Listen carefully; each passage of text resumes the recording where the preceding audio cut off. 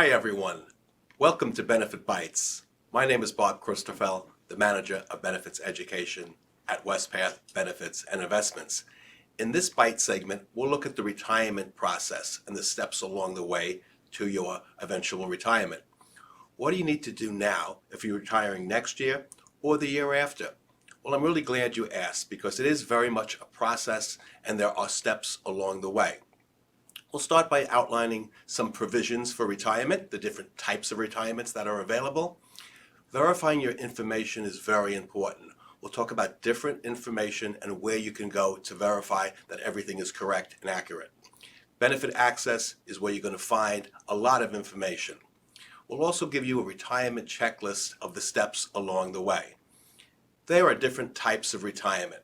The most common one that we see is a normal retirement where the clergy person has reached the age of 65 or 40 years of service.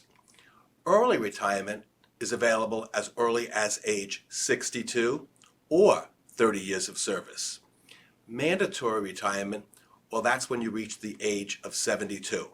There's one more, and that's called a 20-year retirement, where the clergy person has served for 20 years and they'll come back to Wespath at a future date as early as age 62 to collect their benefits.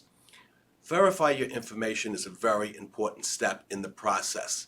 The types of information are your own personal information. Your spouse's information is very important because your spouse is entitled to receive survivor benefits from some of these plans. Your clergy service record, the record of your appointments over the years, is very important. And sometimes I get asked, Bob, why is that so important? We use that information that gets reported to Wespath to calculate some of your benefits. So it is important to take a look at that clergy service record. You also want to review your life stage investment management profile. Make sure it has reflecting the right benefit commencement date as well as your level of risk tolerance, conservative, moderate, or aggressive. Use benefit access to run a benefit projection to look at income at a future date in time from these different retirement plans. How do you do all of this verification? On benefit access. Please, if you have not already, register for benefit access. We've made the registration process easy and even more secure. This is where you'll find a lot of tools and information.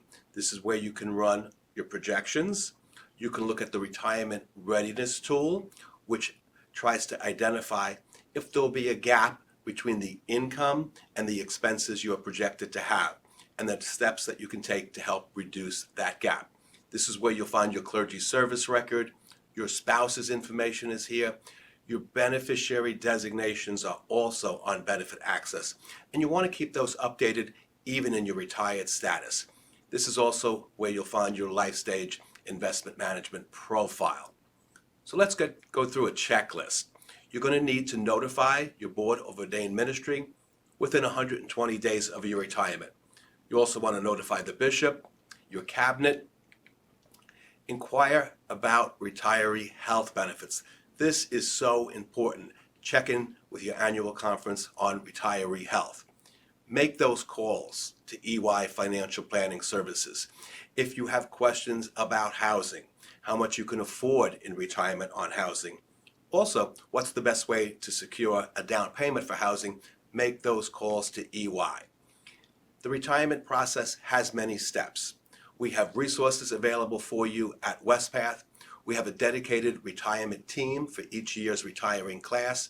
We have a benefit education team and a participant solutions area to help you along the way. I want to congratulate you on your upcoming retirement, whether that's next year or the year after, and also thank you for your ministry and thank you for your service. This has been Bob Christophel with Taking a Bite out of the Retirement Process. Thank you.